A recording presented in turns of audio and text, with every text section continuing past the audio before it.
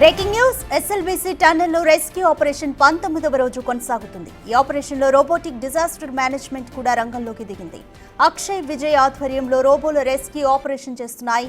Cadaver dogs తో మృతదేహాల కోసం గాలిస్తున్నారు. సహాయక చర్యల్లో ఒక్కో షిఫ్ట్ కు 150 మంది కార్మికులు పనిచేస్తున్నారు.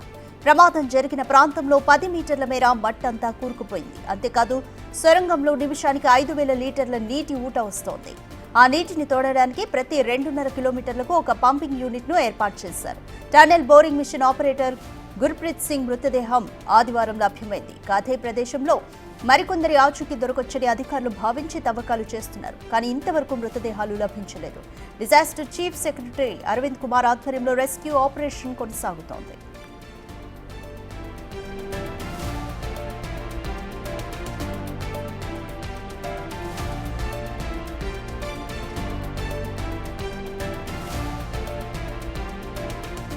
ఎస్ఎల్బీసీ టన్నెల్లో 19వ రోజున రెస్క్యూ ఆపరేషన్ అయితే కొనసాగుతుంది.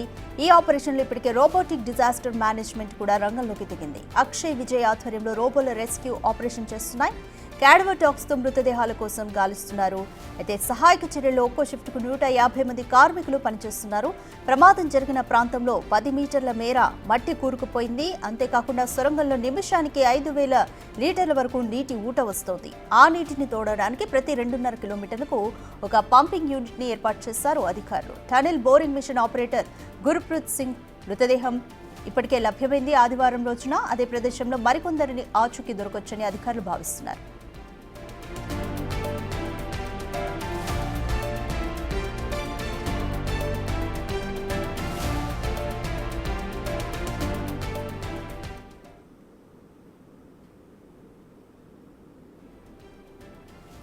మోర్ డీటెయిల్స్ మా ప్రతినిధి శంకర్ అందిస్తారు. శంకర్, ఎస్ఎల్బీసీ టన్నెల్లో ఈ రోజు 19వ రోజు కూడా రెస్క్యూ ఆపరేషన్ కొనసాగుతుంది. ఇంకా అడ్వాన్స్డ్గా రోబోస్ కూడా రంగంలోకి దిగాయి. ఈ రోబోస్తో మృతదేహాల ఆచూకీ ఏ విధంగా కనుగొనబోతున్నారు? ఇంకా ఎంత సమయం పట్టొచ్చు?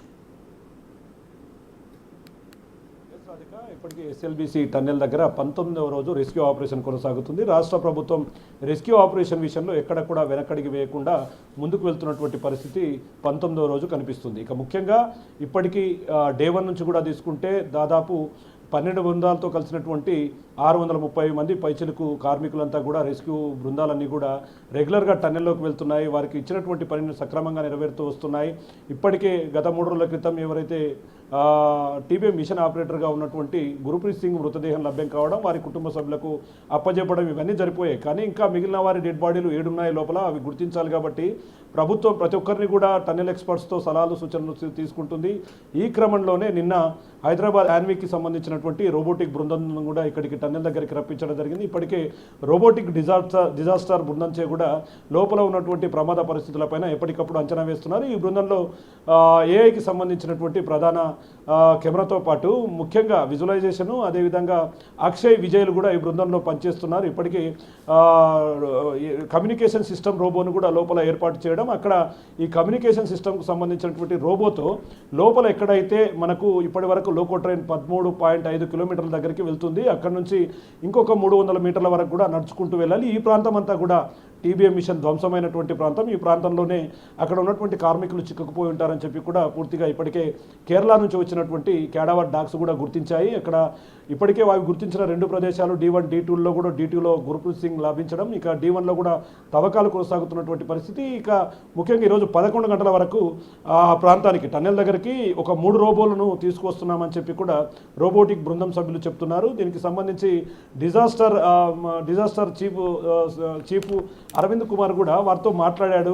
ఎలా ఈ యొక్క ఆపరేషన్ నిర్వహించాలి, రోబోలను ఏ విధంగా లోపలికి పంపాలి, వచ్చే 3 రోబోలు ఎలాంటి పనులు చేస్తాయనే క్రమంలో వారి దగ్గర మొత్తం కూడా వివరాలను కూడా సేకరించాడు అరవింద్ కుమార్. అయితే ఇప్పటికీ ఆ సంస్థకు సంబంధించినటువంటి వారు చెప్తున్న దాని ప్రకారం ఇప్పటికీ మాస్టర్ రోబోకు సంబంధించినటువంటి ఇన్స్టాలేషన్ ప్రక్రియ పూర్తిగా వచ్చింది.